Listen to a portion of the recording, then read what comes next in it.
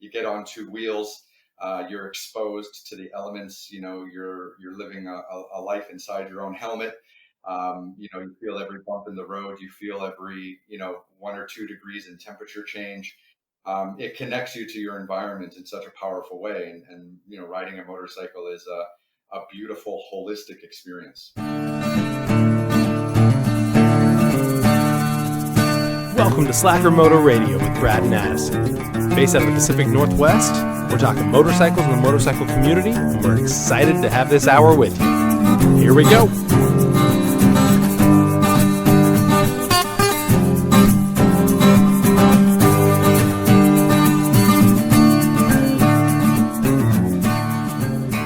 Welcome back, Slackers. Brad, how are you? I am doing great. Yeah, coming up on Christmas, coming up here in a couple days, and so getting excited for that with the family and what that may entail. We'll see how it goes, and excited especially for today's episode. Me as well, or I am too, whatever the proper English there is. We are super excited this week, as we've mentioned last week, as well as in some of the promos we've set up to kind of tease it here. We've got a true adventurer with us today. We've got a TV host, a keynote speaker, and adventurer as well, as I mentioned, I guess, to begin with. And yes, that's all the same person. We've got with us today the amazing Ryan Pyle. Ryan, how are you? I'm doing great. Thank you both for having me, and it's a true honor to be able to chat with you guys, and appreciate the time. I appreciate that. You're too nice, literally. But now my introduction, we kind of talked about a little bit in advance here, but my introduction to Ryan was through an awesome set of motorcycle adventure documentaries that he's done called Tough Rides. And more specifically, the original one that I saw recently, which is his most current one, in fact, is Tough Rides Brazil. But Ryan, you've had the opportunity to ride, at least for a documentary, through Brazil, China, and India, correct? Yeah, that is correct. So China was the first trip, and I did that with my brother Colin. And then we liked it so much that we went out and did another one in India. And then my brother retired from adventure motorcycle television, and I went out and did Brazil on my own. And we were looking at actually doing another one here in 2020, but that got postponed. And hopefully I'll get back into the motorcycle adventures in 2021. Okay. Now I did see, yes, in kind of on your website, I guess we'll tease it now, but ryanpyle.com, you do talk about a next one, which is Tough Rides Saudi Arabia. Is that the one you have to postpone? Yeah. So, okay. I live here in Dubai, and Saudi Arabia was kind of opening up at the end of 2019, and they were starting to invite in a lot of tourists, and obviously Saudi Arabia has been quite famously a closed country for many, and they were trying to open up and trying to change their ways and trying to bring in more international tourists. And I thought, I should just get on a bike and go see the country. So we had a production that was going to start at the end of March, and of course, around mid-March, everything kind of got shut down. That'd be an awesome one to see. But I imagine you've got a few more in the runnings. In fact, I know on YouTube you've got one where you go with a buddy Lou, and you guys do Canada as well. That was a pretty cool adventure to watch. That was, yeah. I mean, Canada was incredible, and that was a partnership with Destination Canada, which is Tourism Canada, and we made that show for the Chinese audience. So that was commissioned in China, because actually for 16, 17 years I actually lived in Shanghai, China. And I was a little bit famous in China, so we were able to put that show together for my buddy Lewis, and I went and did that. It was 74 days, 24,000 kilometer motorcycle trip around Canada, which was incredible because I'd never seen my own country in that way before, and motorcycling around was just a dream come true because I got to really see all of Great White North. So it was, and in summer, which was lovely. Yeah, it was definitely an absolutely beautiful adventure, if nothing else, and looked like an awesome chance for you guys to spend time together. Now, it was kind of hard to watch as a Westerner. I know a lot of it was in Chinese, but at the same point, it was easy enough to follow and go along with and follow that adventure. And I think that's one of the things I've really appreciated about your documentaries. And if we just go the broader sweep of motorcycle adventures in general, is how universal riding a motorcycle and having an adventure on a motorcycle is to the world. Yeah, I mean, it's the best. I mean, exploring a country on two wheels is beautiful. When you've got a car, when you've got all this, metal and steel wrapped around you, and you've got climate control, and you can turn on your Taylor Swift song and sing along privately, so no one's watching you. Like you're living in this little bubble, and you're not really feeling any of the environment you're traveling through. But then you get on two wheels, you're exposed to the elements. You're living a life inside your own helmet. You feel every bump in the road. You feel every 1 or 2 degrees in temperature change. It connects you to your environment in such a powerful way. And riding a motorcycle is a beautiful, holistic experience. I completely agree with that. That's kind of the thing about riding that always, I guess, that continues to captivate me is longer trips, those opportunities to do more than just a Saturday ride somewhere, but really experience something on a motorcycle beyond just riding it around your neighborhood. So that's awesome. And one of the things I loved about a lot of those documentaries. But I guess before we get too far, we should also mention, granted, you've done a lot more than just ride motorcycles. I know you're an award-winning photographer. I know you've written a couple books, both on adventure and photography. And I know that you hosted a number of shows, including what we're talking about, Tough Rides, but I know you've got Extreme Treks. And I imagine a lot more that I'm not aware of in China you've been involved with as well. Um, but I think it's important to note that really, I think you've had the opportunity to use adventuring in general beyond motorcycles to bring people closer.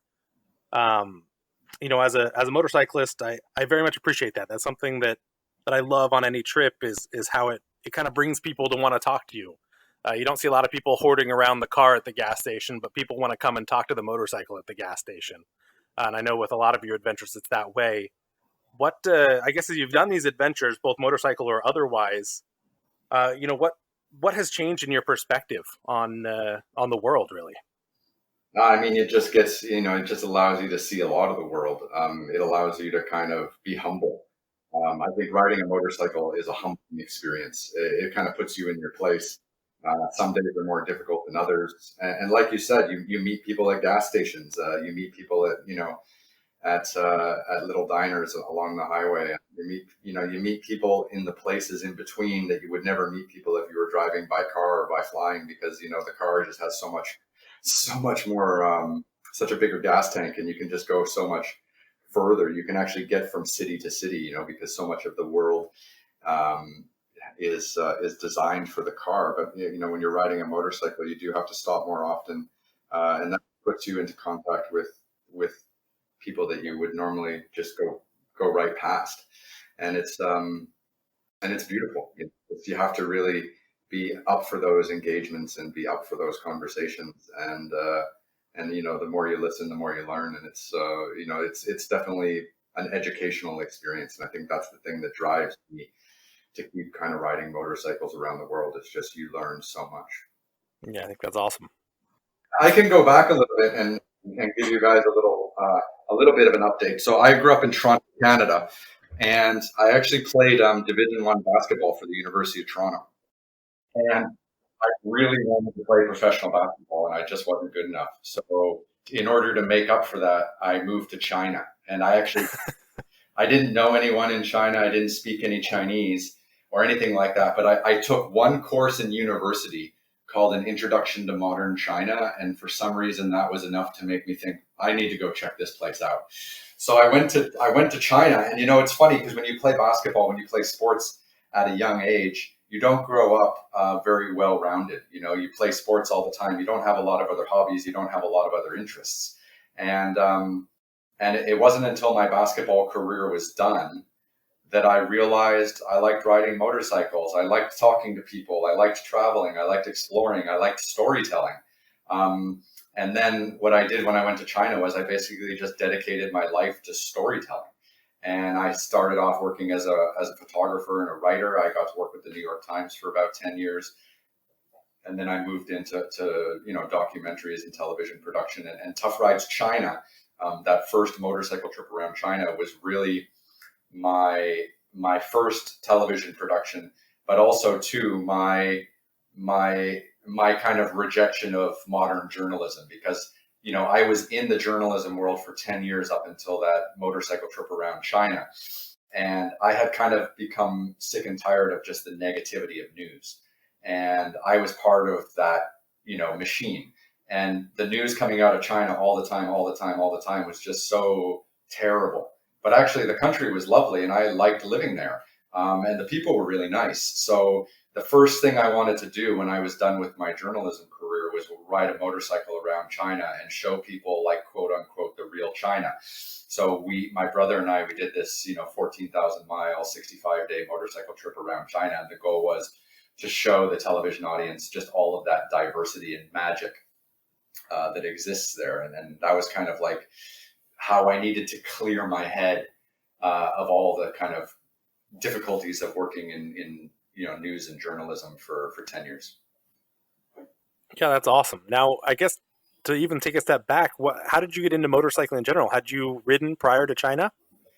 I had ridden prior to China. I had a friend in high school that had a bike, and he would kind of go away for the summer sometimes, and then let me ride it, and then which was great. And then when I was in university, I didn't really ride at all because we were training so much, and it was kind of not very accepted when you're part of a sporting program to be showing up on a motorcycle all the time. So that wasn't very good. But then actually, when I got to China and I started traveling around in the more rural regions, there was, always a chance to jump on the back of a bike.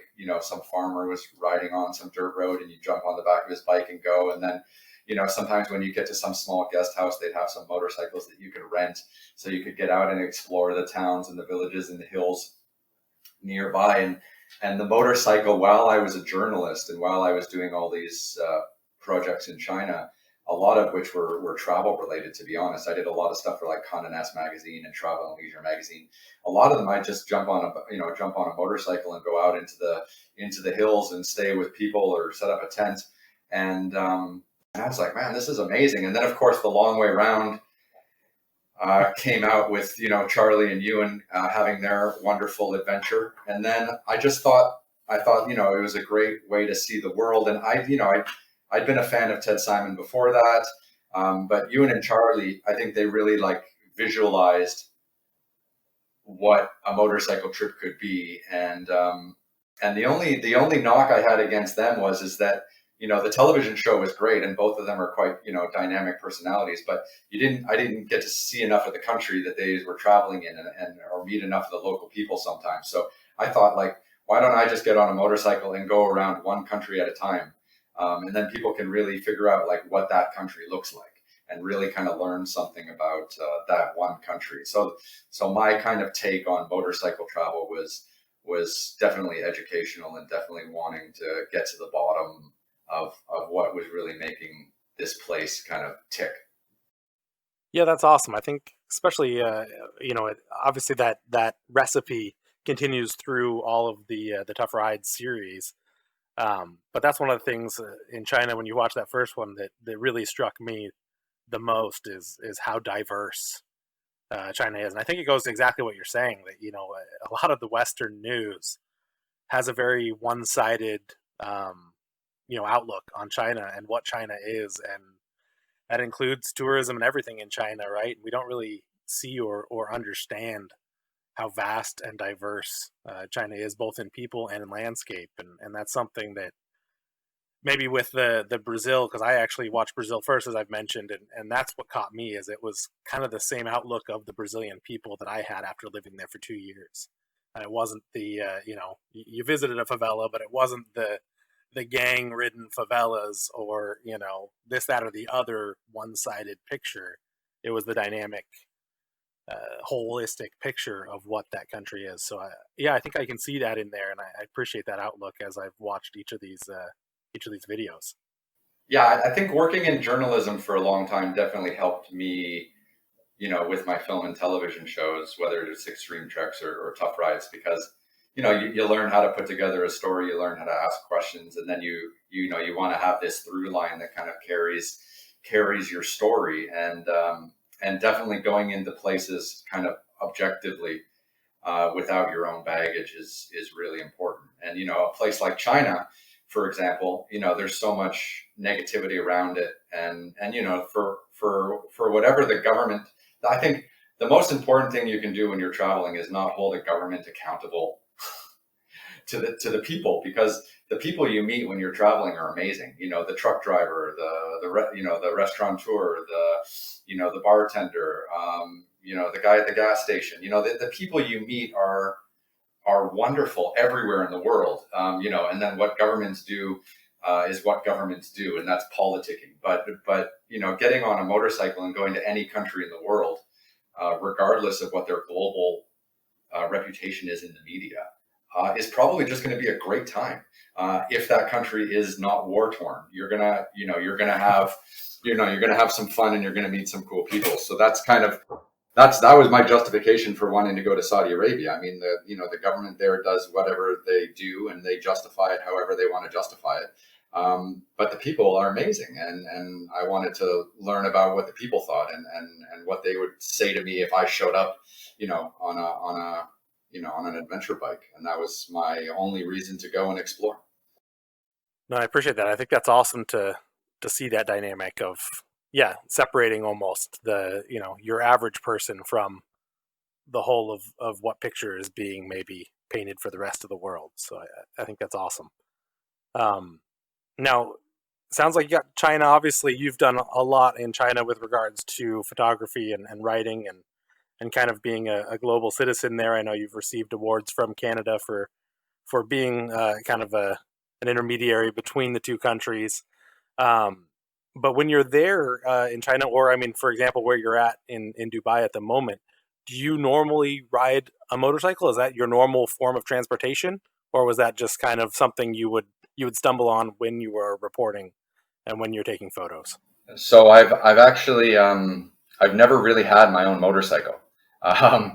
So I got a bike when I did Tough Rides China, because you had to own a bike, because there was no like rental infrastructure there, and no one's going to rent you a bike and let us do what we did to our bike. So that was pretty rough. And then in India, we had to buy our bikes to film our India show again, because it was a pretty rough journey. And then in Brazil, BMW gave me a bike, which was very nice of them.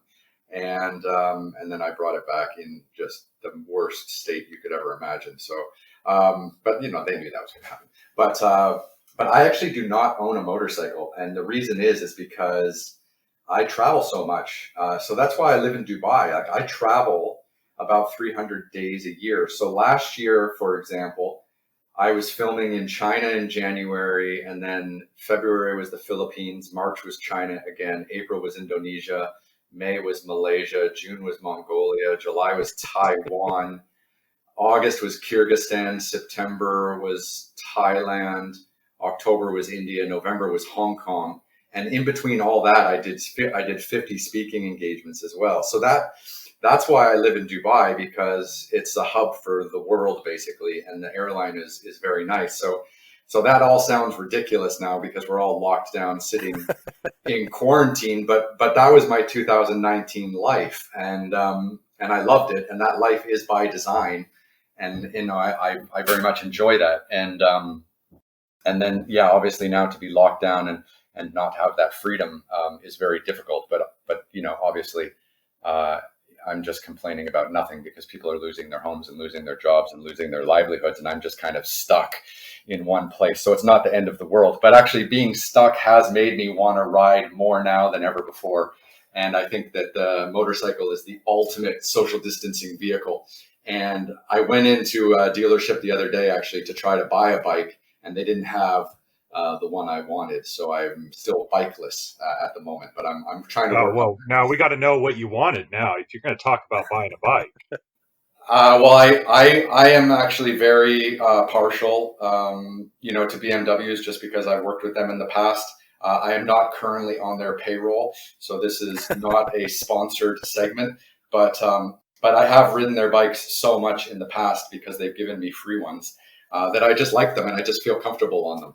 And I haven't shopped around, so this is not like I'm not coming to you as a well-educated consumer, but I've just ridden their bikes and I like them, and I really like the R9T Scrambler. Um, Okay. that's my go-to urban bike, and I've rented it a bunch when I'm in the U.S. So sometimes I'm in LA because my father lives just outside Los Angeles, and I'll go down there and rent a bike and ride it around while I'm there for the week, and I love it. And I just thought to myself, man, Dubai is perfectly set up for a motorcycle. The roads are amazing. There's almost no traffic. The winters here in Dubai are perfect. The summers are crazy, very hot, like being in Las Vegas, but the winters are just magic. And I was just thinking, yeah, if I'm going to spend the next 3 or 4 months not being able to travel, at least I can do is ride around a bit. For sure. But they don't have the ones I want because they sold most of their bikes in 2019, and then they didn't get their 2020 bikes because the BMW factories have all been either working at 50% capacity because of social distancing, or they've been closed. And I'm just guessing that like Ducati and all the other big manufacturers are in the same boat. I don't even know, but global manufacturing of motorcycles has really slowed down. So again, I mean, people are losing their jobs, and I can't buy the motorcycle I want. It sounds ridiculous, but that's just something I came across this week. Yeah, but I mean, even in the U.S., it seems like the market was pretty hot. The supply was low, the demands were high as people were finding ways to go out social distance, as you stated. So, I mean, I don't know if that's been the case in Dubai, but I mean, those that have the means have been doing it. Um, Especially like at least local travel in the U.S., it seems like there's still people doing it. It's not at the extreme as it was, or nor is the tourism where it was by any means. But I mean, people are still going out and riding. So hopefully you find one. That'd be nice. It would be like normally I just like to rent. Like if I'm in town for a week or two, or I can just pick up a rent. But there's no rental infrastructure here in Dubai, which is a bit sad because I like to. It's nice to like rent a different bike every time and try out different things and see which ones you like. But maybe when I'm back in Europe or North America, hopefully I can rent a few different bikes and play around. But at the moment, it's not possible. Now, I know that you rode around China, but I know there's some areas, at least I've seen some videos, and my perception of what China is, or how it's set up is completely abstract. I used to think of New York as the state, and I thought of New York City. So I have to take that in mind as well. But I've seen some videos of the traffic, and it just seemed wild, like wild, wild west. Everybody does what they want. Was that what you saw in the larger cities, or would you even ride a motorcycle if that's the case? Yeah, so for Tough Rides China, I mean Tough Rides India, Tough Rides Brazil, the traffic was crazy everywhere all the time. But India was by far the worst for Really? traffic. Oh my God, yes. The thing about China is in the cities it's quite congested, and the traffic was a bit funny. People doing strange things, riding the wrong way on your side of the street and things like that. Yeah. But once you were out of the cities, it was pretty relaxed, and then the road quality was amazing. So, if you're Really? riding an 800 cc or a 1200 cc, you can do 60, 80 miles an hour once you're out of the cities on a really nice road that's safe, and all the other cars are going, about the same speed, and you can really settle in and get some good distance done. But being in the cities was really hard, and we had to kind of sometimes when we were filming in China, we had to make sure we were coming into cities after rush hour and stuff like that, just so that we could get to where we needed to get to. And then eventually we just stopped going to cities and started staying on the outskirts of towns and going around cities because it just was too difficult and not really worth it. Now in India, the cities were ridiculous. Like Delhi and Mumbai had some of the worst traffic ever. And don't forget, like when we're filming, we have one motorcycle and one SUV because the camera guys are in the SUV. They're following. They have most of the bags. They've got all the camera equipment. So it's not like I can just pull into the shoulder and fly and beat all the traffic and be like, hey, I'm at the hotel having a beer. I have to wait for the guys because if something happens, we need to film it. And if I just blow off and leave them, they're going to get pissed off at me. But then also too, if I get hit by a car, which is a filmable moment, as long as as long as I can laugh it off at the end, that's something that needs to be done. So having to stay near the camera guys all the time is very important. So I can only go as fast as the car can go when we get caught up in those traffic situations. Sao Paulo again had terrible traffic. So that was there's big cities everywhere are pretty rough. I'm hoping Saudi Arabia is pretty good. The cities are not too busy, and then next up, one of the other places on my list is Russia. So we're looking at a few of these options. Oh, that's awesome. You have to be pretty close to your camera crew. I mean, really. I mean, you're spending so much time with them. Are these guys that you found, or how did that happen to end up with a crew that you could actually withstand being around? Yeah, so I mean, I've worked with the same director of photography for 10 years. His name's Chad Ingram, and he was a very talented still photographer. And we were both still photographers in Shanghai, working for different media. And then one day I was like, okay, I'm done with news journalism and stuff like this. I'm going to make television. And I asked him, I'm like, have you ever used a video camera before? And he said no. And I was like, well, if I bought one, could you figure it out? And he said yes. And so he worked with me on Tough Rides China, Tough Rides India, Tough Rides Brazil. And then now we've done 24 episodes of extreme treks all around the world. We just got nominated for 5 Asian Academy Awards, which are like Asian Emmys, for Extreme Treks, which is on BBC Earth. And he was nominated for Best Cinematographer. So we've come a long way together, and he's shot every episode of TV I've ever made. And actually now, because of this pandemic, he's actually looking now at changing careers because what we're doing is a little bit less sustainable than he thought it would be in the midst of a pandemic. So he's actually thinking at the moment maybe about switching careers or doing something that has a bit more stable of an income, because while we've been loving life and traveling the world for the last few years, this last stretch has been a little bit difficult for people in production, for people who are used to moving around. And so I think we're going to lose a lot of very talented and creative storytellers, and that's a little bit sad. Yeah, I hope that it doesn't come to that.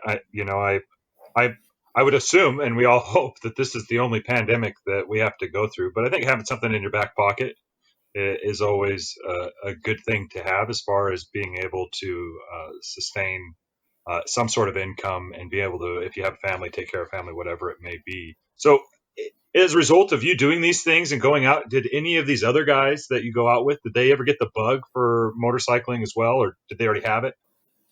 Yeah, I mean they kind of have it, but they love to travel, and Yeah.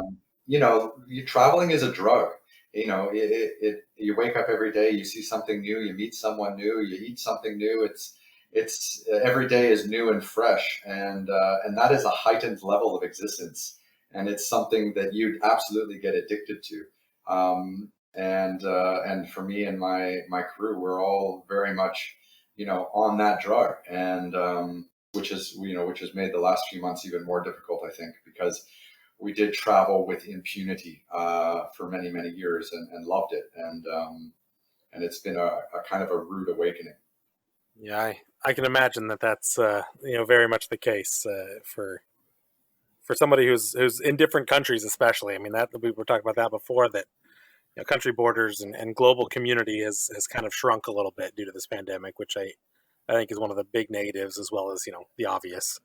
Now, one of the questions we kind of were touching on it here that I had is, so you've filmed these epic adventures. You've done China, India, Brazil, Canada. How much of that time? I mean, if you watch the video, right? Maybe I'm asking too much behind the scenes, but a lot of that you'd think 24/7 you're on the bike or sleeping in a hammock. But how much of that is time is actually spent filming and production and maybe rerunning a route so that you can get that? Or is your camera crew ready and everybody's good that you just keep riding and they get it all?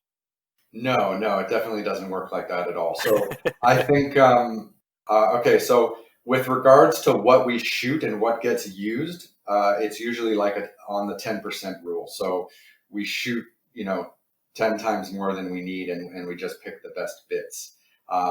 So what you're seeing in the television show is not exactly what happened. You're just seeing the highlights of what happened because you'd have to live stream for 74 days to really watch everything. So it's impossible. So you're definitely seeing an edited version of the best things or the worst things that happened or the things that we think would be most entertaining. And then I would say that the filming process adds about 25 to 30% extra time to a journey. So if you're going to take if you're going to take a 30-day motorcycle trip around the United States and you've planned out every day and where you're going to sleep, and then you want to film it, you got to probably add another 30% of days and hours to that trip, and then shorten each day by about 20-30% as well, because you do stop. Like the amount of times where we're just riding around and we come around this corner and it's beautiful and we all stop and we turn around and we go back and we get the drone up, and then one guy's shooting on the road and the other guy's flying the drone above, and we do that corner like 4 or 5 times until we just get it perfect. Of course that's television. And that's painstaking, but that's what makes people want to watch it, and that's what that's that aspirational storytelling that I think is so important. And while you're sitting there for the 4th time doing the same corner, waiting for the trucks to go by so that you can jump on and get that clean shot of you with the valley in the background, with the perfect light, that is, you're just like swearing and cursing in your helmet. But then when you see it afterwards, you're like, yeah, that was worth it. And that's part of the journey, and that's definitely the job. That's the thing that turns off a lot of people, I think, is that it is a job, and you do have to do it well if you want to do it again. And those are the moments where you have to kind of stomach that kind of stuff, but it's always worth it. No, I hear you there. I mean, those of us, I know there's a lot in the same boat as me, us GoPro, bandits here that do a multi-day trip and take an ungodly amount of footage that is just garbage. I don't doubt what you said at all. It always turns out with, one scene after a 5-day trip. Yeah. And I think too, like people always ask me, oh, I want to make a TV show out of my journey and I have a GoPro, and I'm like, okay, great. That's good. But I mean, if you really want to tell a story and you really want to have an audience connect to that story, you really do need to have like a dedicated camera person with you, filming you and filming your interactions with people you meet along the way, and also filming you on the motorcycle. And that is really just the starting point if you actually want to turn your journey into some kind of consumable content, because you can make a music video out of your GoPro footage and add some cool music to it, but it's not going to have a through line or a narrative or really hold people for 26 minutes or 46 minutes or however long an episode of television is. Sure, yeah, and I think that it even goes to show, when you watch those, any episode really of the tough rides or really the extreme treks as well, how much of that is production and maybe redoing the same thing multiple times. But the fact that we can still get the experience out of it, we still understand, the frustration of maybe difficult roads in the Amazon, or going up to the base camp of Mount Everest, or some of these things that you've been able to do and show and film. We still understand and feel the general feeling of what it would be to be in those shoes or be on that saddle. So I think that goes to show the amount of effort probably from your production team to help support these trips. So that's really cool.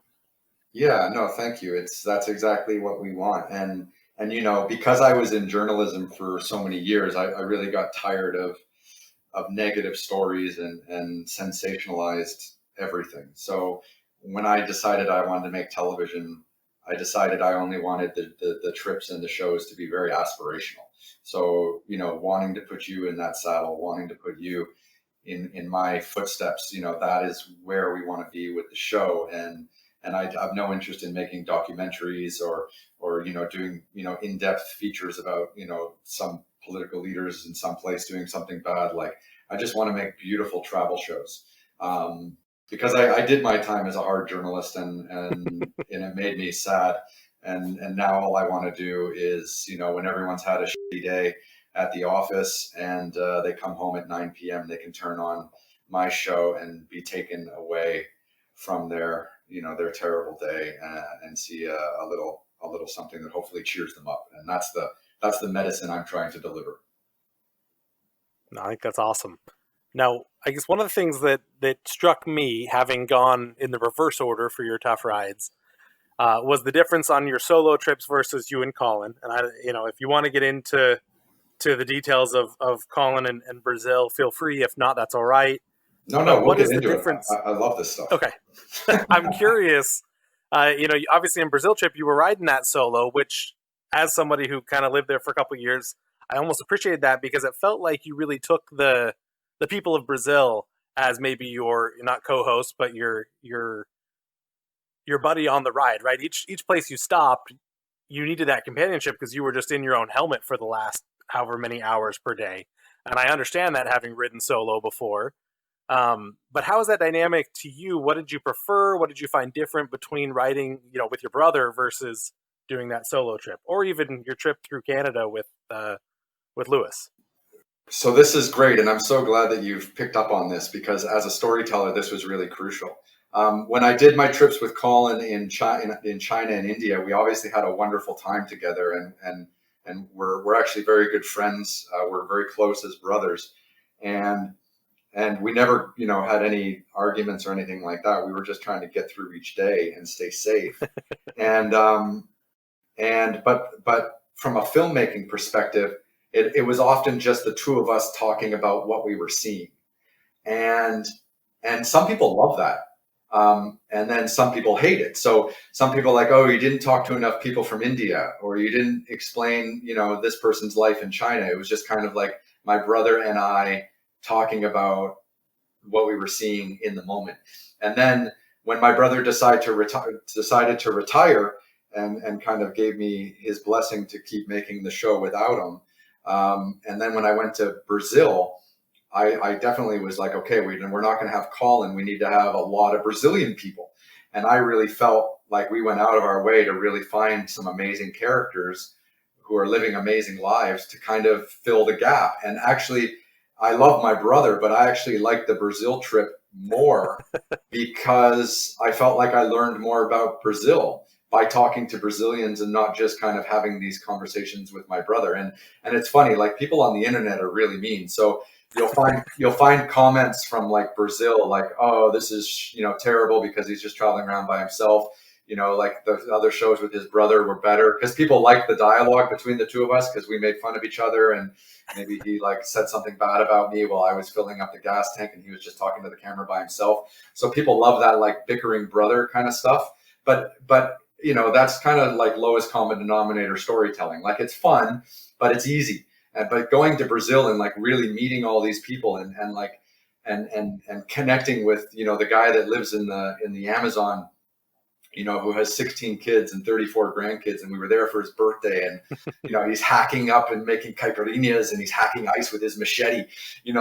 That might not have happened if I was doing the trip with my brother. We probably just would have shown up in some hotel and then like did a little piece to camera about, wow, today's trip was really tough and whatever. But instead, like, here I am totally immersed in this man's life as he's having a birthday.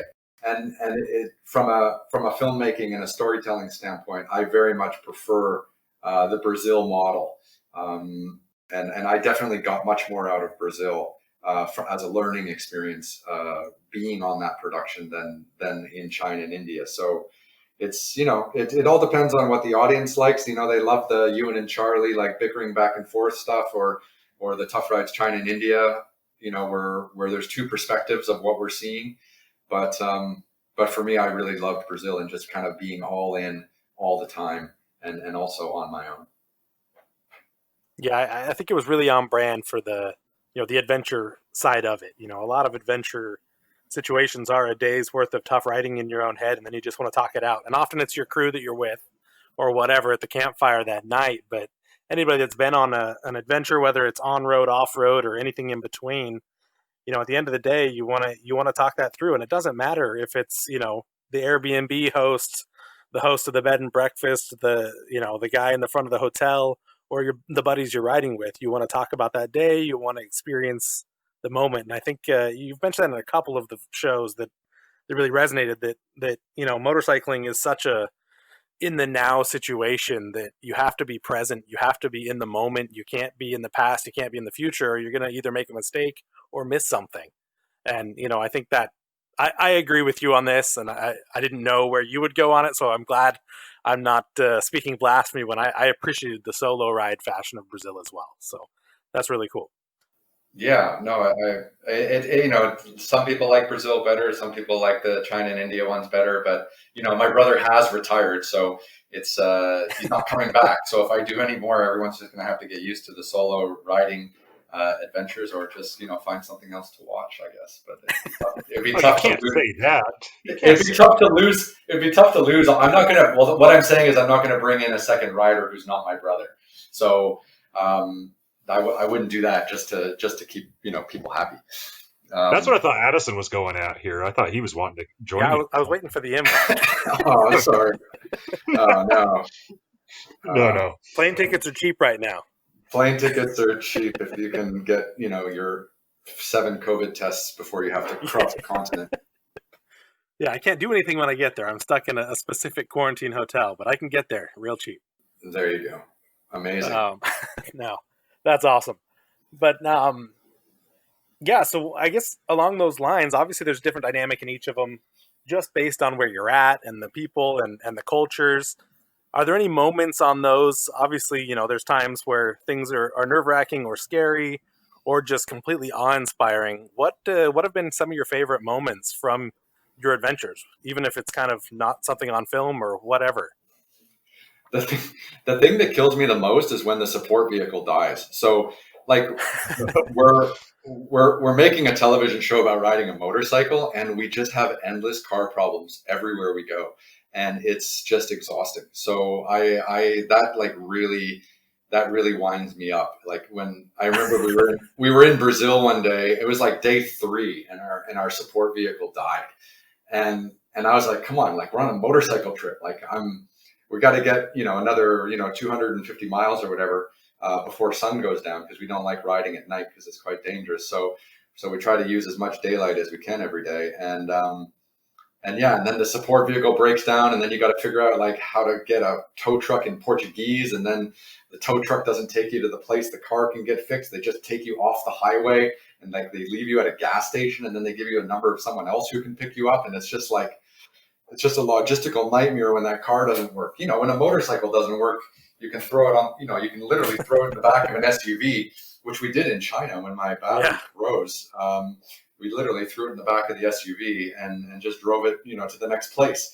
So yeah, having car problems makes me insane on these trips. But and then I think dealing with the natural elements is also very hard. So, but that's what makes it fun too. Like in China, we were up at really high altitudes, 16, 17,000 feet above sea level, in a hailstorm in one place, and it was well below zero. My battery just froze. The bike wouldn't turn over at all. That was terrifying.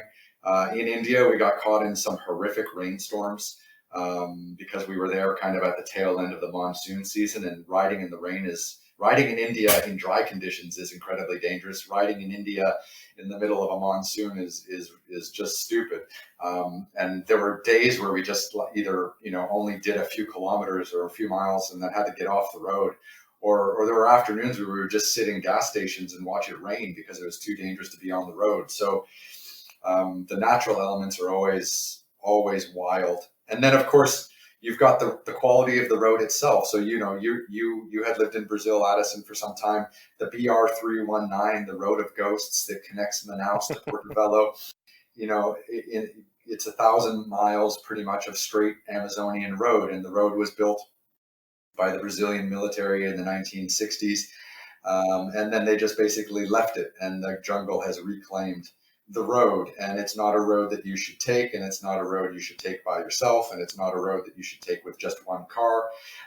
But we went for it anyways, and it was tear-inducing because some days we only did like 30 miles. I mean, you can imagine riding for 12 hours and falling 6 or 7 times an hour and only getting 30 miles done in a day.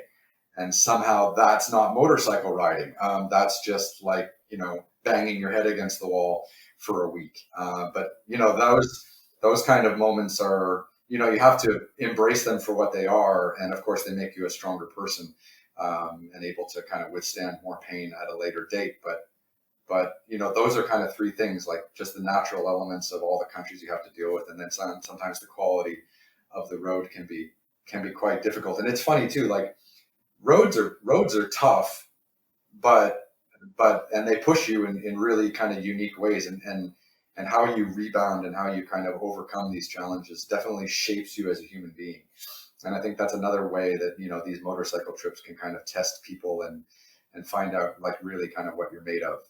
As long as the road of Ghost, the BR-319 in Brazil, it wasn't a dangerous road. Like I wasn't going to die on the road. It was just miserable.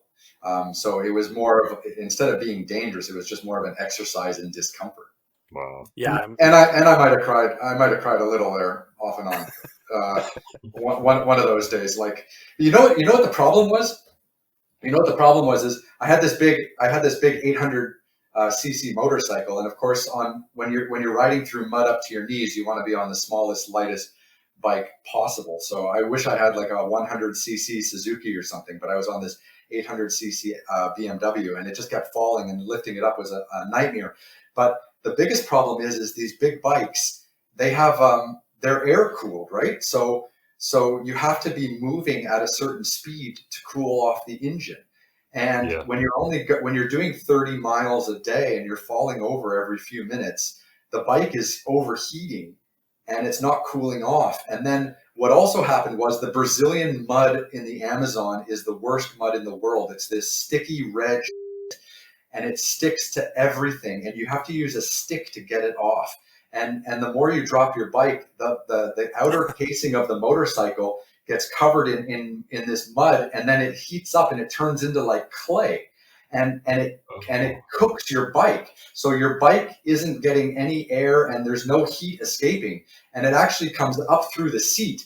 So what's happening is you're not getting anywhere. You're falling off your bike all the time, and then when you are sitting on your bike, it's hard boiling your eggs, and then you're getting cooked from the sun from above, and it was just miserable.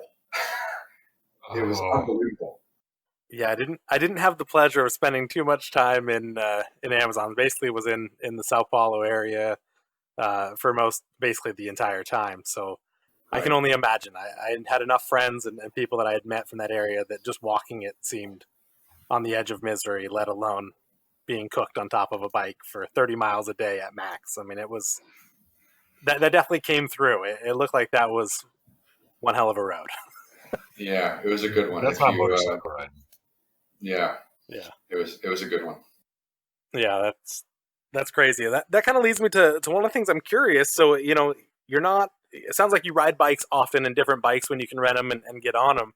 How do you prep for some of these? Having done multiple longer trips and a couple of adjacent iron butt trips myself, I know that a number of hours on the saddle can start to wear on you. How do you prep for these trips? I don't do anything really. I keep myself in pretty good shape. Like I exercise every day, and during the I used to like join a gym and stuff like that, but those days are long gone. So there's a guy on YouTube that does a 30-minute full body, all body weight workout. Burpees, push-ups, planks, jumping jacks, squats, all this stuff for 30 minutes. I just do that every morning, and actually I feel healthier and better now in this year, apart from all the heavy drinking that we've all been doing because we've been locked in at home. But physically, I feel stronger and better than I have in years, having been joining gyms and having trainers and all this stuff just by following this guy on YouTube for 30 minutes every day and just having the discipline to actually stick with that. So that's been nice. And apart from that kind of general physical health, having riding skills is important if you're going to be doing like a lot of off-roading, because you can really hurt yourself if you're in the mud or the dirt and you're not well trained. So before I did Tough Rides China, I actually went to an off-road motorcycle clinic, and I did like one of those 2-day courses or 3-day courses where you learn how to brake and maneuver in dirt, and you learn how to go through the sand and go through water and all that kind of stuff. And then I did another one for in Brazil before I went to Brazil, and these are super helpful because when you're riding on the road, you just need more time on the road. Figure out how the cars move, figure out where your blind spots are, figure out where to look when you're moving here and there. Like that's just common sense, and it takes time on the road to feel comfortable so that your movements are slow and you can anticipate the cars and everything is in a really nice flow. So you just need hours on the road. But when you're off-road riding, you really do have to pick up some skills because the balancing, the way you move, the way you shift your weight around on the bike is totally different. And having someone teach you that before you go out and do, the BR 319 in Brazil or something like that, is I think it's super helpful. And if you have the time and the money, it can really, be beneficial. I think that's true on most of these aspects of riding, or really any skill. I think training yourself from a basic understanding of what you need to be able to do in certain situations can be quite literally a lifesaver. Absolutely. Some of those. Go ahead. Sorry. Let's just say some of those can be pretty scary if you don't know how to handle those different situations. I know, Brazil. One of the things I saw was sand riding. Right. I know that on a big, heavy 800cc BMW, that's very different than on my dirt bike. Oh my God! Plenty of dunes here. Did you see that scene that I tried to do on the beach?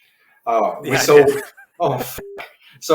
we had this whole thing planned out. This is just south of Salvador, right on the northeast coast. So I had found this beautiful beach, and I had read that you can do these dune buggy, like 2 or 3 day dune buggy rides up, essentially the longest, most beautiful beach in the world, in this northeastern part of Brazil. And I had wanted to do this by bike, not thinking that riding in the sand is miserable. And I was like, oh yeah, like we'll be beach riding and we'll be down by the water and the sand will be like wet and it'll be easier to maneuver and all this stuff. But what happens is the trail takes you in and out of these villages and in and out of deep sand, and then sand you can ride on, sand you can't ride on.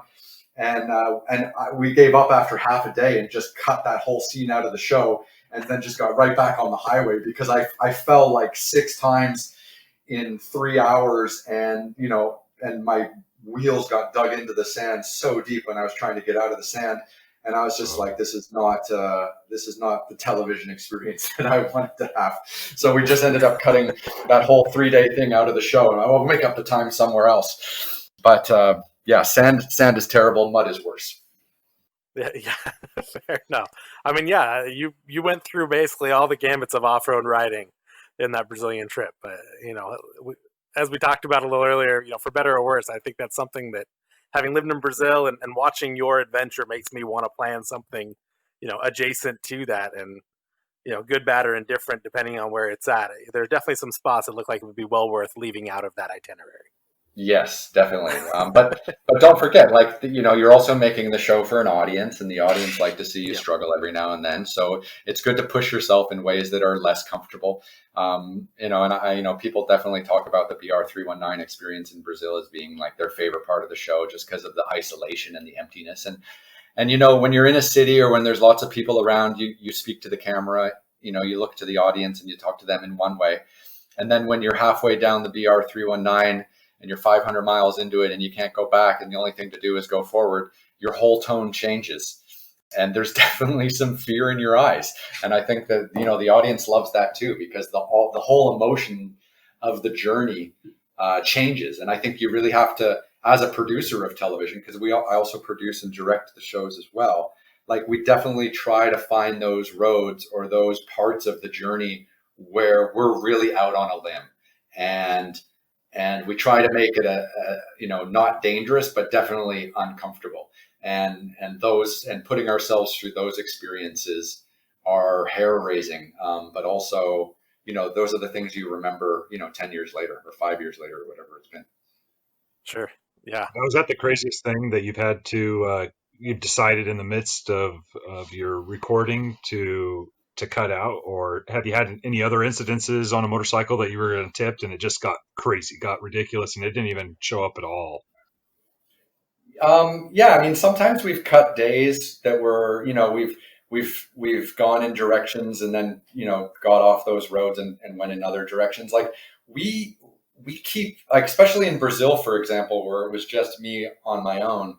If you watch the Brazil show is basically, we have these beautiful islands of storytelling. So over like a 26-minute episode, we'll have like, 6 or 8 like real scenes with 2 cameras where I'm meeting some people and we're having some like interaction that shows people about the culture and the way of life in Brazil.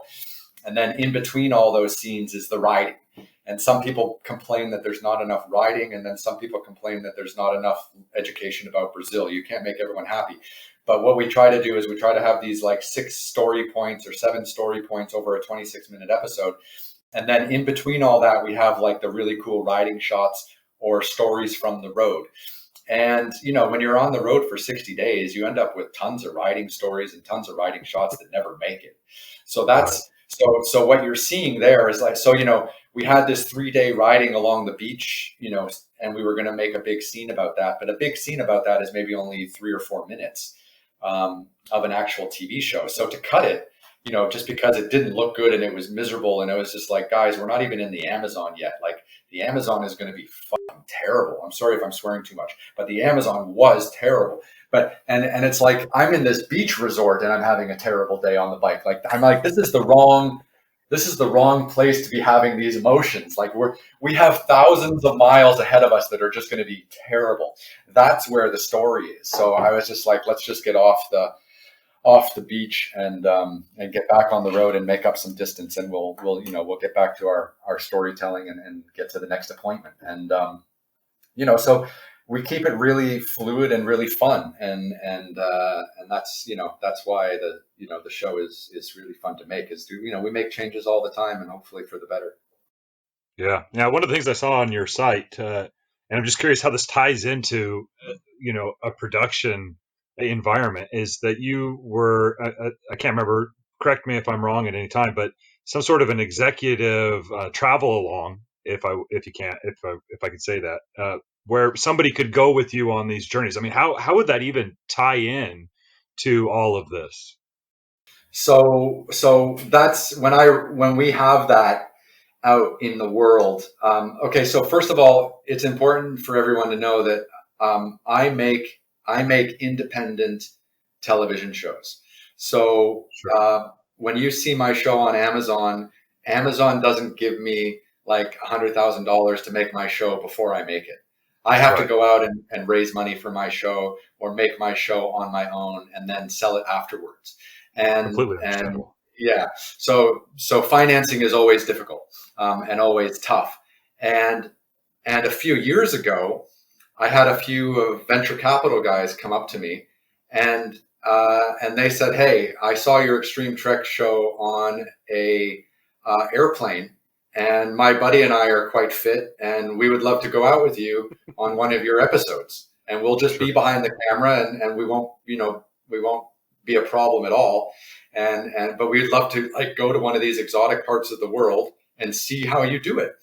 And Right. then I was like, well, you'll have to sign like a non-disclosure because there's a lot of tricks that we do in filmmaking, and then also too, I'm like, and you guys are going to have to fund it.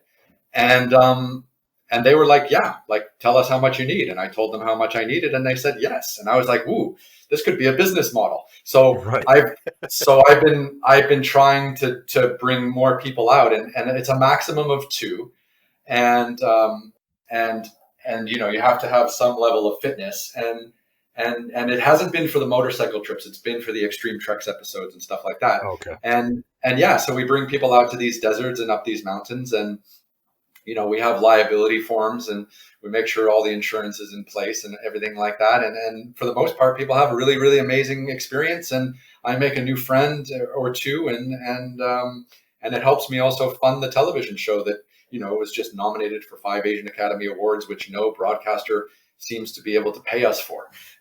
So yeah, so we have to be as creative as possible. I mean, if I was to be paid by a broadcaster, we would have to gamify the show somehow. There would have to be like, someone has to get out alive, or there has to be a competition, or I saw you kissing my girlfriend. That's not where we are as professional storytellers, and that's not where I want to be in television. So I want to go out and have really amazing experiences in beautiful parts of the world. And that's just not something that broadcasters want to finance these days. So, so I've had to be very creative about how to do that. The other way I fund my shows is from speaking engagements. So in 2019, I did 50 speaking engagements, and I get paid for that. And I put that money into the television shows so that I can keep having something to talk about.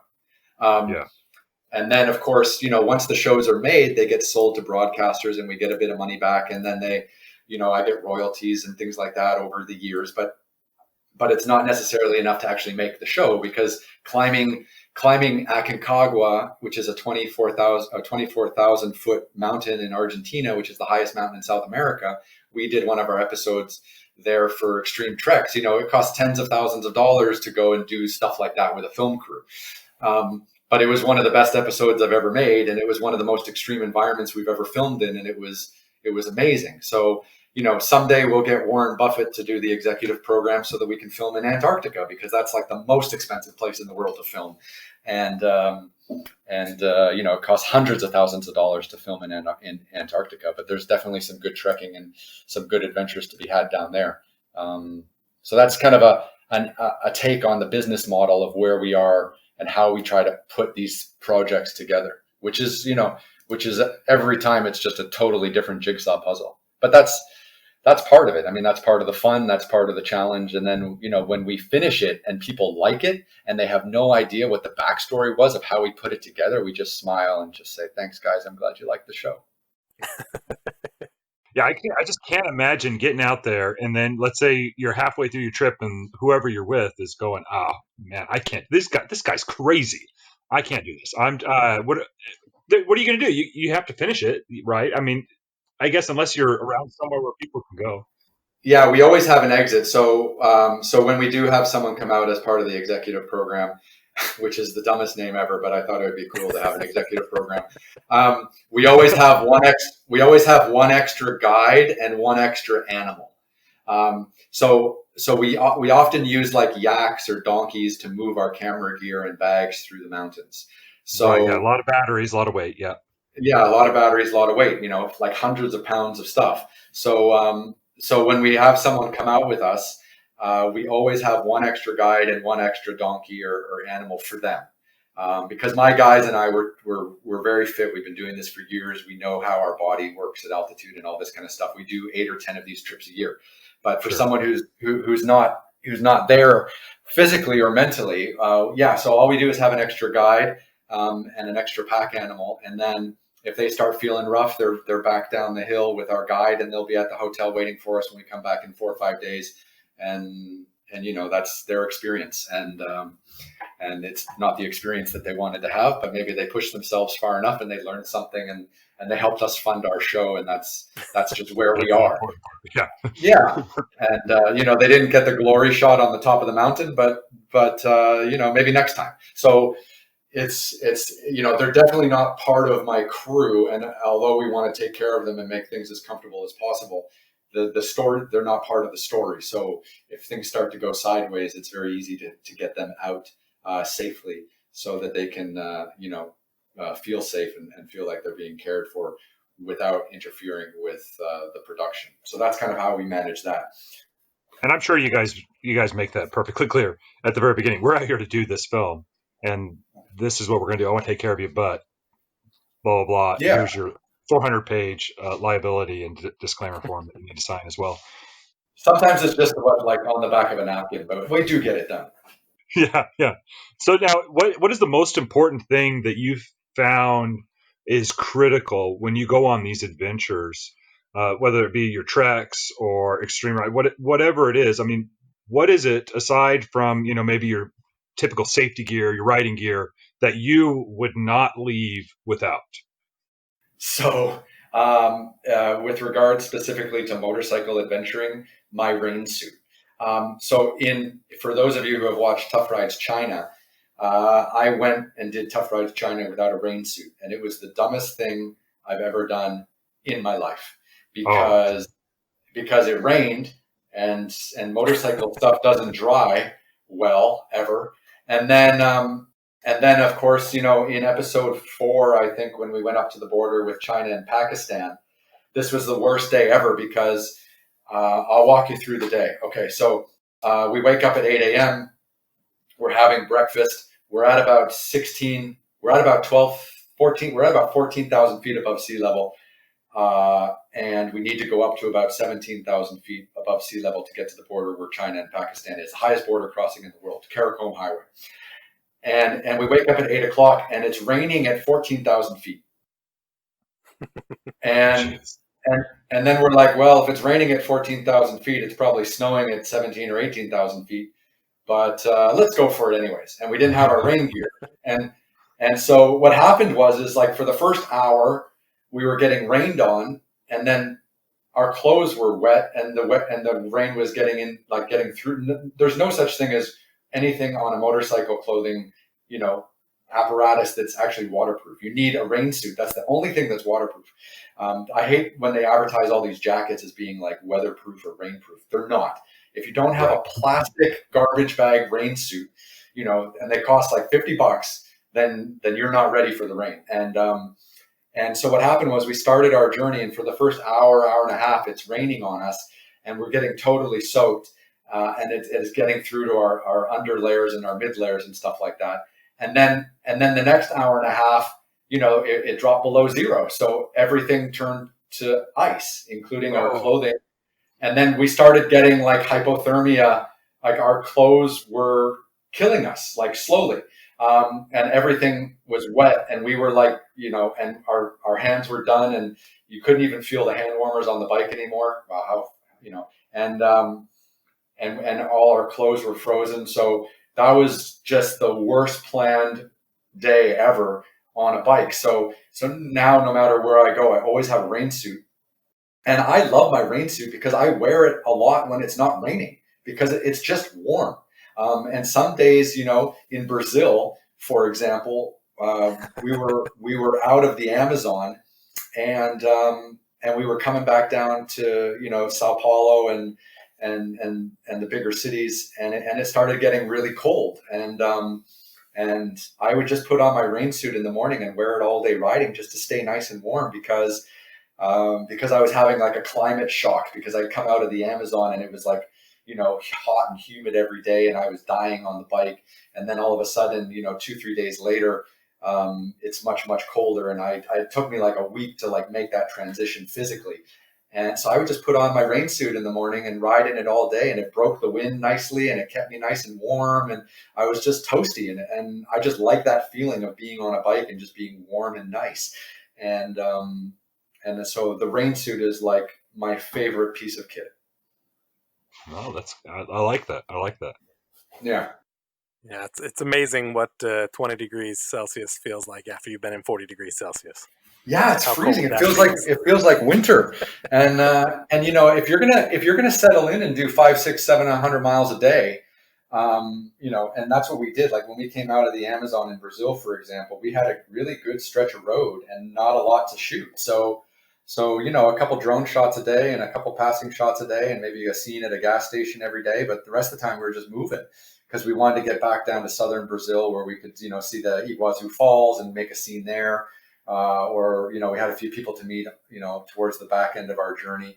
So, these beautiful stretches of like 4 or 5 days where you just have to ride, those are some of the best days of of the journey, but very little filming. So it's nice to have that rain suit and just to stay warm and just stay in the saddle and stay settled in and find your little comfy zone and just crush a couple hundred miles a day. That's the best feeling in the world. Yeah, I think that's fair. The right gear goes a long way in a rain suit. I ride with Absolutely. guys that give me a hard time because I'm always the last person to put one on. I like to imagine that whatever storm we see in front of us will disappear by the time I get to it, but usually I give in to their peer pressure, and usually they're right. So I can relate to your comments that as well. Once you wait too long to put on your rain suit, it's too late. Everything underneath just stays nasty. Nasty for days. Like if you're not in a dry climate, or you're staying in a guest house or a bad hotel or whatever that doesn't have like proper air conditioning or heating or proper ventilation, that motorcycle jacket, or don't even get me started about boots. Like the boots will stay wet for days if you get caught in a proper rainstorm for an hour without a rain suit.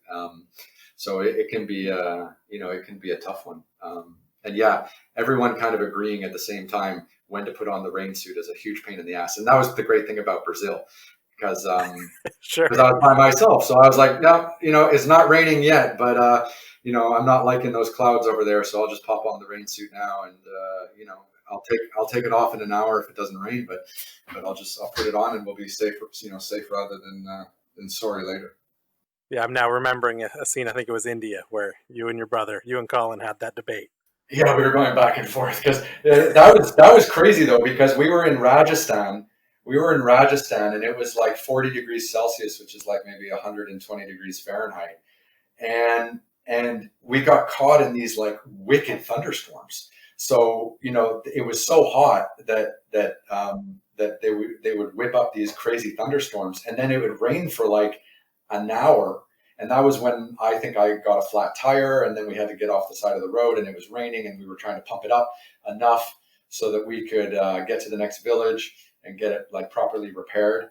And yeah, like it would rain like that, and then like 10 minutes later, you'd have to take off your rain suit because it would be 120 degrees and the sun would be beating down on you again. So those kinds of situations are wild. And that's just that's the fun of being in these crazy environments in these crazy parts of the world. Yeah, I can only imagine.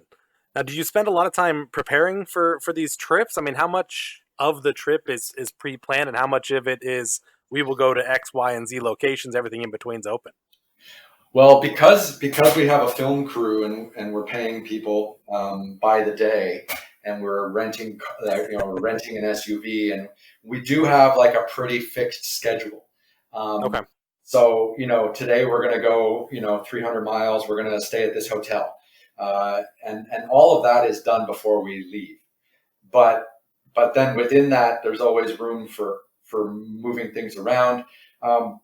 Sometimes the weather's bad. We don't get to the hotel we're supposed to get to. We have to stay somewhere else. And then the next day we would go past that place and catch up and get, leave extra early and do 2 days in one.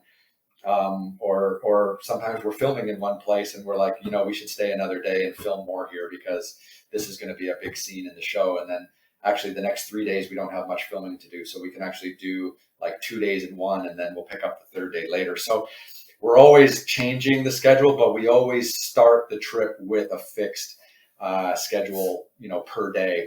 And we always try to take like at least 1 day off every 7 to 10 days where we just don't ride and we just don't film. And we just kind of like let ourselves relax a bit, which is pretty important. And then we usually have like 1 day every 7 days where we film, but we don't ride. And those are the days that actually are the best storytelling days, because when you're on a bike every day, the stories that you're getting are pretty shallow. Like the guy at the gas station, or, hey, this truck driver is doing this or whatever. Those are very small, but you have to get off the bike and go to someone's house and have a dinner with them or have drinks with them or whatever. Those are like the big meaty storytelling parts of the show, and those happen best when you're not riding. So every few days we have a day off where we're not riding and we're just telling stories about the place. Like Iguazu, we were there for 2 days, not riding at all, and that was amazing. Like the most beautiful waterfalls in the world, and so those are always things we're trying to do Because I come at this from a journalism point of view and from a television point of view. Like, I like riding motorcycles, but I'm not like a motorcycle guy. Like, I don't own a bike. I don't know how to fix a bike. I didn't have bikes around when I was a kid. Like, I consume a lot of motorcycle media. Like, I just like storytelling, and I like meeting people, and okay, now we're going to use a motorcycle to travel around, and I'm all for that too. And I do love the process, and I love the journey.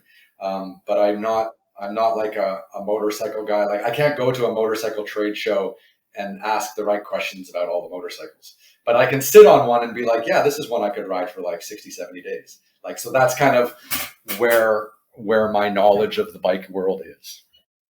No, and I think that's something I really appreciate about this is that one of the things we often preach, and really how we got started deciding to make our podcast public, was bringing people into the motorcycle community and sharing that community with others. Here in the U.S., there's kind of a stigma against certain types of bikes, and bikers are rude, and squids, and all these different labels and types of motorcyclists that exist here. And that's worldwide. I know that's well outside of just our realm here in the West as well. But that was kind of one of the things we wanted to share from the beginning, is that this is a community where if you like being free, if you like experiencing, right, the world around you, that 360-degree view of everything, and not being tied to just the small windows you can see out of, then this is really something you should try. It doesn't mean you must, take a course and love it and buy all the bikes and be that person. But if that's something you enjoy, is that freedom, then we kind of encourage everybody to get their endorsement and learn how to ride at the very least. If you hate it, great, you tried it. And I think that's maybe something that I don't know if I thought about that until you were just talking about it, but that resonates with me on this is, you're going and doing pretty amazing things on a motorcycle that, I kind of, outside of family and maybe my day job, live, eat, breathe, and love motorcycles pretty hard, but I have not done these trips, right? I've not been to Brazil, China, India, and all the many locations you've had the opportunity to ride. And not to say I have any more or less experience, but from what you just said is very humbling to say that doesn't matter who you are. If you like it, try it and do it. Go have an adventure. I think that's, outside of motorcycles, something that comes across to kind of with what I think, maybe it's not what you're trying to preach, but what you've done with your life is share that there's a much more than the four walls around us. Yeah, and I think for people to judge you is ridiculous, because as long as you're traveling and trying to learn something about the world or something about the people in the world that don't look like you or speak the same language, you're going to be better off at the end of that day than if you'd stayed at home.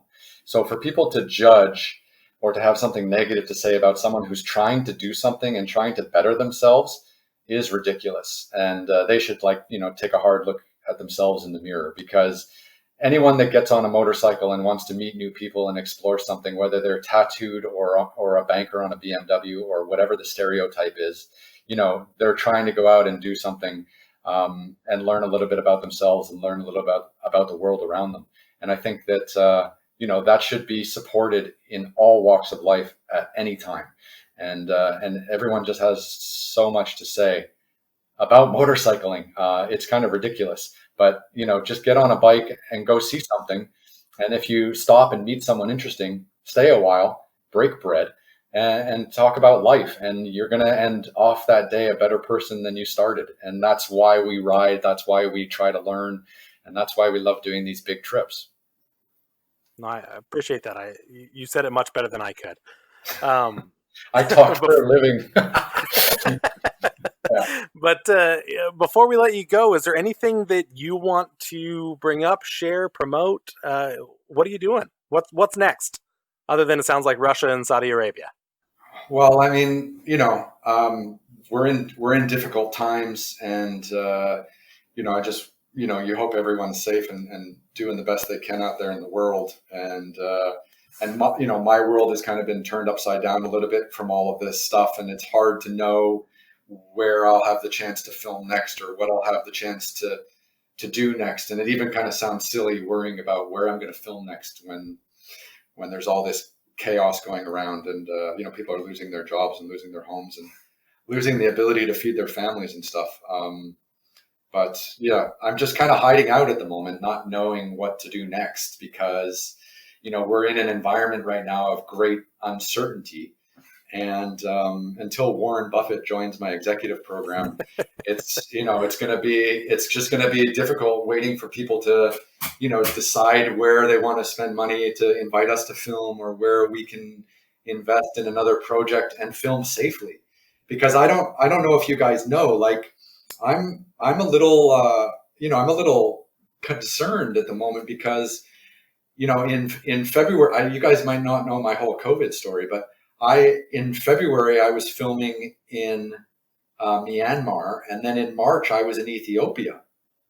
And in March, the world was starting to be in a bit of a dicey place with COVID. And I went to Ethiopia up into the Simien Mountains and did an episode of Extreme Treks, thinking that that would be like the great place to escape all the news and all the negativity. And I'm social distancing. I'm in my own tent. My camera guys are in their own tents. There's no villages. We're just up in the mountains enjoying life and kind of getting away from the world. And then what happened was we were offline for 2 or 3 days, and we got up to the top of this high pass at about 16,000 feet on the border with South Sudan and Ethiopia. And we were filming a great episode, and my guide Daoud was amazing and everything was going great. And then we get up to the top and he's like, okay, guys, we can check our phones now. We'll have a signal here. Let's stay, 20 minutes. And of course I turned on my phone and it went crazy. Like the United States is closed, Europe is closed.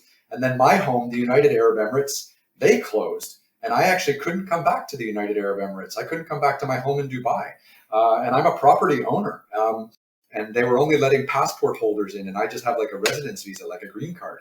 So I was standing there at 16,000 feet in Ethiopia, and it's March 19th, and it was about 11 a.m., and I'll never forget it. Like I was homeless, and I didn't know what to do. So we had a team meeting with the guys, and we were just like, this is getting crazy. 4 days ago, this seemed like a really good idea. Now it doesn't. What should we do? So we called a driver. We hiked like 6-7 hours to the nearest road, and we drove straight back to the capital of Addis Ababa. And the whole time we were driving, we didn't know where we were going to fly to, because we didn't know where we could go and what was possible because everything was changing so quickly. So one of my guys, Chad, he's from Canada, but he lives in Bali. But Indonesia closed their borders to non-Indonesians. So he couldn't go back to his home in Bali, where he has a motorcycle that he loves, because I'm on a motorcycle podcast. I'll throw that in. But then, and I live in Dubai, and I couldn't come back to Dubai. So we didn't know. So the guys had to go back to the countries that they have passports for, which isn't necessarily the country that we all live in, because we're global nomads and we travel all the time. So, the guys had to go back to North America, and I went to go see a friend in Istanbul, because I didn't want to go back to North America, and I was still doing a lot of work in the Middle East and setting up shows and stuff, and I thought that would just continue. So I got to Istanbul, and then when I got to Istanbul, we got out of Ethiopia about 16 hours before they closed the airport, and I got into Istanbul the same day they closed the borders to Turkey. And then I was in Istanbul for 4 months, stuck. So now when someone's like, hey, Ryan, let's go film in Azerbaijan, I'm like, well, is Azerbaijan going to shut down while I'm there? Just because there's a new spike of something, or there's more cases today than yesterday, or there's not enough testing or whatever. So for the risk level now to go into production and potentially not be able to get home is unbelievable. And this is something I never had to think about up until 8 months ago, 9 months ago. This was never part of the risk calculation, getting stuck abroad. And of course, it's very costly if you go into production with your whole crew and then you don't finish, or you don't come out with a product that you can sell. Like, that's just the bare bones of it. So if we all fly into Azerbaijan and then Azerbaijan closes its borders, then we're really screwed. So right now, it's a terrible time to be traveling as tourists, but it's also a terrible time to be trying to plan any kind of travel production, especially since what I've been through. I was lucky that, I make a pretty good living, and I wasn't financially destroyed by what's been happening, but it was definitely psychologically challenging to be locked in Turkey, not being able to go anywhere for 4 months, and coming to terms with that was really, really hard. And I got out of Turkey and I managed to do some filming in Europe in the summer, and we were the only people in the travel business that were filming. And we were trying to find a new way to do it. Like, how do we social distance? How do we do everything outside? How do we wear masks for everything until the moment when we're on camera? Like, how do we find the new social norms of filming during a global pandemic? And Tom Cruise, I made a joke earlier, like Tom Cruise is filming Mission Impossible right now in Rome, and they're trying to figure out how to do this too. And obviously we have a much less of a production budget than Mission Impossible. But we all agreed as a crew that we weren't just going to sit at home. So let's figure out how to do this together. And we did. We got 4 good months in Europe, and we made a few shows, and we got people back to work, and I was able to pay salaries again. But now we're into this Christmas lockdown, and I can't even leave Dubai. Like I can't. There's no country right now that I could fly to other than Canada, which is the country of my passport. Um, so I'm sitting here in Dubai talking to you guys, looking at a map here in my office, and I can't go anywhere. And that's not a normal occurrence for me, and it's something I'm not very used to. So I don't know what's next or what might be.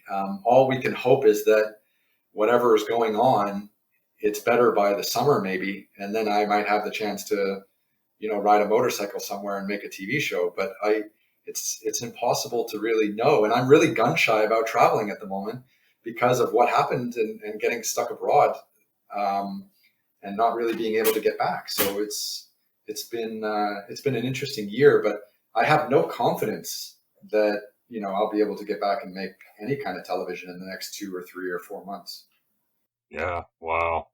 Now, out of curiosity, I mean, when you guys started breaking up and you guys were starting to head out, what was? Do you document that? Do you try? Is it going through your mind that you can document this and make it part of the episode, or what did you end up doing in that moment? So yeah, this is a great question. So when we were filming in February in Myanmar, we didn't want to talk about COVID at all because I don't like to put a date stamp on my shows. Like, I Right. don't like talking Sure. about world events in my shows because I want them to be timeless, and I want them to be, again, I don't want to compete with CNN or BBC and make a documentary about what it's like to be traveling in the time of COVID. Like, that doesn't interest me at all. I want to make Right. a really nice show that people can sit down and watch for years and learn about the people. No matter what the economic crisis or global viral crisis is of the moment. But then when we were in Ethiopia, I made the decision not to talk about COVID at the beginning of the show. But then once the world closed, we're like, wow, people are going to be talking about this for generations, and this is something we need to talk about just for this episode. So we filmed our exit. We filmed having to turn around and cut short our trip. We filmed the journey back to Addis Ababa and not knowing where we were going to fly and everything like that. And then we're also going to do some interviews, like after the fact interviews with me, to kind of slice in different parts of the episode so I can talk about what I was feeling in those moments. And that's that Ethiopia episode is just forever going to be the COVID episode. And then when I got to Istanbul, I make TV shows, and I was locked down for 4 months. So I made another TV show while I was in Istanbul, and I called it the COVID Calls. And I did this on my Instagram live, and I did 100 1-hour interviews for 100 days while I was locked down in Istanbul. So if you guys go onto my Instagram page or whatever, you can see them in my Instagram TV. They're also on my YouTube channel. And I just talked with other friends in television, writers, journalists, people I'd met, people I'd never had time to connect with because everyone was just kind of locked down. And that kept me sane while I was kind of stuck in Istanbul for 4 months. And I'm very thankful to all the people I talked to who gave me so much of their time. And because planning that and preparing all the guests and figuring out time zones and the technology behind it, that kept me mentally healthy for 4 months while I was kind of stuck indoors. Yeah, I can imagine that. And I mean, you're talking about the next 2 to 3 months and what you're going to be doing. I mean, however long, even if things start to normalize, and we hope that that's taking place soon, we're still going to have people wearing masks. And if you're trying to keep something timeless, that's something that's going to be difficult to overcome. That you're in this area and you're either having to wear a mask, or everybody else that's walking by you as you're doing an interview or talking to people is also Yeah. wearing one. So I can only imagine what you're heading into, but I can, from what I've seen in all of your shows, is that it's going to be awesome no matter what. But maybe a little bit difficult to keep that timelessness going for a while now. I have to agree with you. It's going to be a bit rough, and I haven't figured out how to navigate that space yet. But I've got a few months I think now to work on it. And then I had a good argument with my buddy. Have you guys know Alan Carl, right? He makes television shows, rides motorcycles all around the world. He has a great book called Forks, where he travels and he does food cuisine. But he's a big motorcycle rider, and he's got a great um, podcast as well called Journeys. And I was doing his show a few days ago, and we were kind of having this argument about like the vaccine. And he's like, "Oh, it'll all be fine once the vaccine comes out." And I'm like, I believe in science as well, Alan, but the countries that you and I travel to, Alan, are not going to be the first ones vaccinated. So, and there's always going to be people not being vaccinated or not trusting it. So as long as those gaps in the global, distribution of this, vaccine, there's always going to be gaps in this, and those gaps are going to make travel less safe and potentially more difficult. So I kind of have a longer term idea that this is going to take a lot longer to normalize, and that's not the most optimistic thing to say, but it's just my gut feeling, having traveled so much and seen how different countries are dealing with these kinds of pandemics or rollouts or their own public health policies. It's a little terrifying, actually. Yeah, I think that's an incredibly valid point. I mean, to that same point, it took so long to ramp up to what it is, where we all thought, right, 1 or 2 months, this will be all over, and obviously that's not the case at this point. Yeah.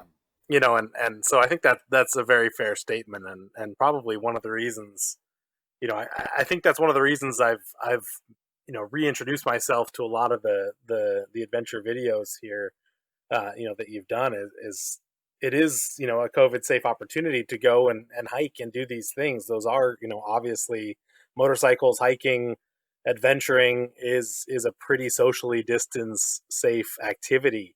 And I hope people are, able to turn to these different documentaries and the different videos you've made, and the motivation, I'd say, created to be able to, take these adventures on their own and start getting out more, because I think that's one of the long term things. I've got 3 kids, and that's the hardest thing I see from the after effects of this, is the mental effects of being locked in. Exactly what you're talking about with your COVID calls.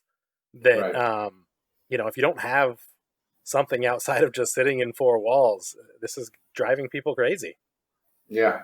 Yeah, it is. And I hope you guys call me back tomorrow and we can do another one of these, because I'm free. So, this is the most fun I've had all week. So I'm really appreciating it. And that's just because there's no mountains I can go climb at the moment, or motorcycle journeys I can I can partake in. So it's a little bit of a strange existence for me personally. Yeah, I can only imagine that's a world that I guess both in this situation, fortunately, but often unfortunately, I don't get to live in, as the world traveling quite as often as I'd love to. But that is the world you live in every day, and that has definitely been disrupted, no question. So I'm grateful you were able to join with us here, and kind of talk about some of the adventures you had, and hopefully encourage people to check ryanpyle.com. You've got all your stuff, on your own website, as well as, anywhere that you can catch video, YouTube, Amazon, whatever makes you the most money, Ryan, is where people should watch all of your stuff. Um, Sure. I mean, Amazon is the easiest just because it's free if you're a Prime subscriber, and just follow me on Instagram. That's where you get to see the most of my daily life, and that's the thing I update pretty religiously, just because it's such an easy platform, And that's definitely the most interactive platform where you can leave comments and I'll get back to you and you can see kind of what I've been up to the last few months. And yeah, I mean, I hope everyone can just, enjoy some of the shows that we've made in the past. Expedition Asia, Extreme Treks, Tough Rides, they're all on Prime, and hopefully they inspire you to start planning or do something when we can all get out and do something again. We've all got time to plan the next adventure, so hopefully we're taking a chip off the block you've left us to do something epic, because I know it's given me the bug. When I first started writing, big epic adventures are one of the big things that brought me into writing. But the reality is, you don't get as many of those as you'd like from a day-to-day basis. So all this time at home allows us to plan these adventures, and obviously you've done some that we'd all like to try and emulate within our own lives. So we appreciate that. Appreciate the content you're bringing. I myself, from a very personal level, I know I've said it and maybe become a bit of a fanboy on it here, but I love the Brazil episode, and I appreciate the culture that you show in a lot of the adventures that you do. It's not just about hiking a mountain or living out in the wilderness or some of the other. There's obviously a whole bunch of documentaries and adventure shows out there, but I think that's one of the things I've appreciated is the understanding of the culture in which you're living at that moment that you bring to each of these shows. So I appreciate it, and thank you for sharing that with us. And thank you for noticing, because we put a lot of heart and effort into that, and it's nice when people identify it and actually enjoy it. So I'm thankful, and thank you guys for having me, and I hope everyone out there rides safe and keeps their distance. I agree. Let's get through this so we can get back out and adventure. Of course, you can always catch us on Instagram, Facebook, or at slackermoto.com. And hope everybody has an awesome week. And for us here in the U.S., at least, Christmas is coming. Everyone else, a lot of places have different holidays coming up. Hope everybody has an awesome holiday season and enjoys the winter for everything that they're doing, and stays safe. Until next time, ride on.